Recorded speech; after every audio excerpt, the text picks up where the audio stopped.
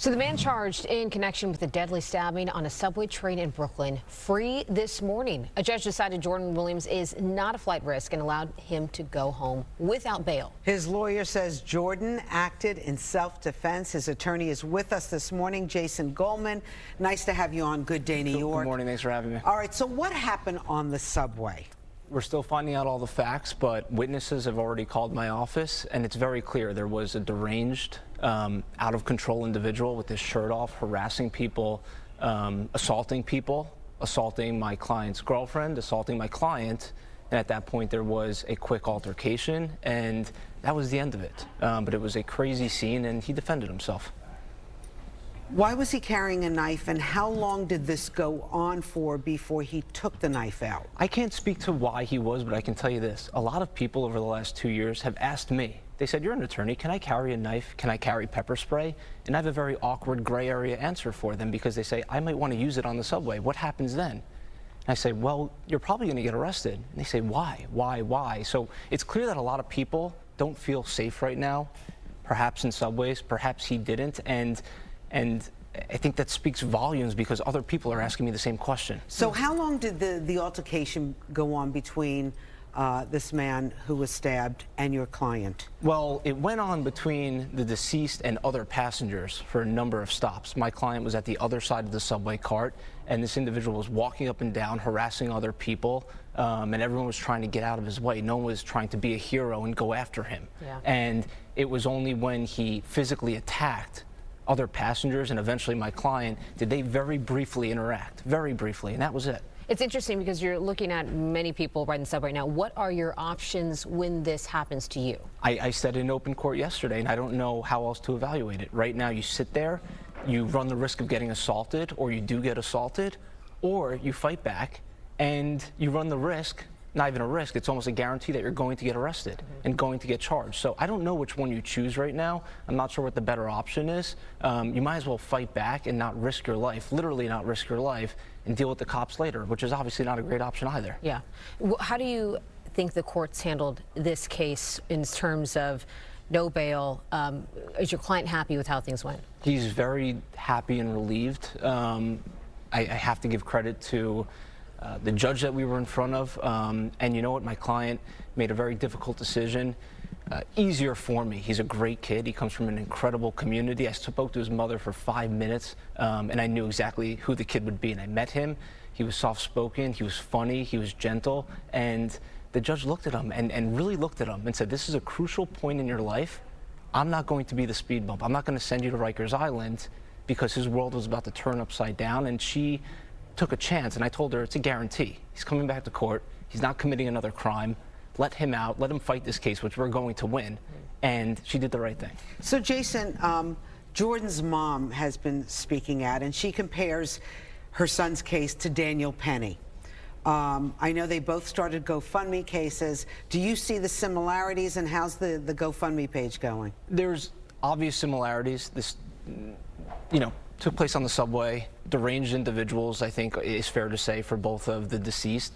There's obviously going to be some different facts that come out, but very similar. And, I mentioned that my client originally was being treated differently, and I stand by that because, again, he was arrested, and he made a statement to the cops, and then they held him. They released Daniel Penny, and they allowed him to have 3 weeks to raise money. And everyone says, oh, Daniel Penny had a $100,000 bail set and your client was released, so where's the difference now? That $100,000 was for show. They had the amount agreed upon. He had a check ready. They had the day that he was going to surrender, and he walked in and walked back out the door. My client yesterday, this was on the fly. If we didn't win that argument yesterday, my client would be on Rikers Island this morning.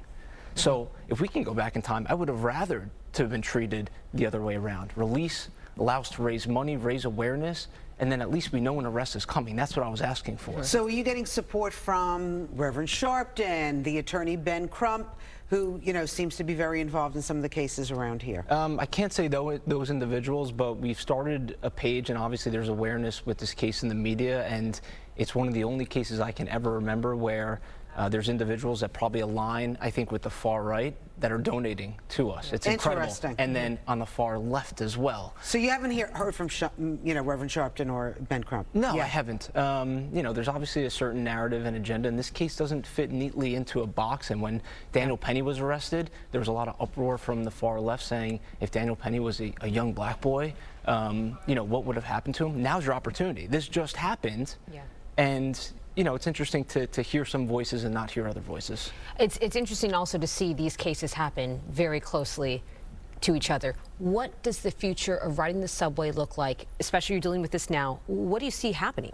I don't know. I can tell you that I was recently in Tokyo, and I didn't see anything like this. It was neat, it was orderly, there was no disruption, and they say, well, we need more cops on the platforms, we need more cops here and there. They're sort of around, they're sort of not. I'm not sure what the future looks like. We need to take certain individuals. The subway is different than being out on the street. You see someone dangerous to you out on the street or violent, you can cross the road, you can mix yourself in with a crowd of people at rush hour, you're safe. We've all been on the subway before. In one single cart between stops and something like this happens, our heart starts beating. We all want to look the other way. We're just counting down the seconds until it stops and we can get out and go onto a different cart. So it is dangerous in there. And that's exactly what happened here. And there was physically no way out, and these incidents happen, and it's an uptick we've seen the last few years, I think. Jordan Williams, I know he's working. He works for FedEx. Is he okay? They haven't done anything with his job. He's going to work. He seems okay. Again, this has all happened very quickly, and I think everyone's just taking a collective breath. But getting through yesterday, was really a monumental moment. I told him that he can be an example for cases to come in the future. Other judges can point at someone like him. This is the only homicide I've ever seen that someone was released without bail. Yeah. It's huge, and other people can point to this and say, there's individuals like my client Jordan that are not repeat criminals. They don't have a million assaults on their rap sheet, nothing like that, and they should be released. They should fight their case from the outside. So he's doing all right. He said he was upset about going viral about this. He didn't want to be a hero. He told me he wanted to go viral for being a good basketball player. That was his first words to me in the back, and I said, everyone's on your side right now. And he said, I didn't want this. I wasn't looking for this. Yeah. And he wasn't. 4 stops went by until this happened, so he wasn't going out of his way to, commit a crime. If people want to support, what is that GoFundMe page? It's on a Give, Send, Go website, the same website that Mr. Penny had used and a lot of other initiatives. So if you look up Give, Send, Go on Google and you just type his name as well, Jordan Williams, you'll see it. And we're raising money for everybody, the family, for defense funds, investigators. There's witnesses already calling my office. So we just want to do this thing the right way. We're dealing with a very measured district attorney's office who I complimented yesterday. I've been in touch with the prosecutor directly from the first second on this case. And I think everyone's in line right now about where this case should probably go. Obviously, it needs to play out in the system more, but which is where you want it to go, and where do you think it's going to go?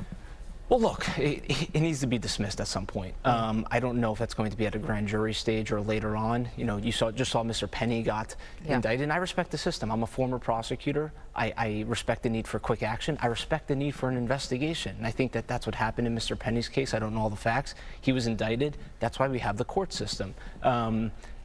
The facts that I know about this case, I expect a dismissal, and I don't think it should be too far out in the future. Jason Goldman, thank you so much for coming on and speaking about Jordan Williams, Thanks for your having client. me. Thank you. We appreciate it. Thank you.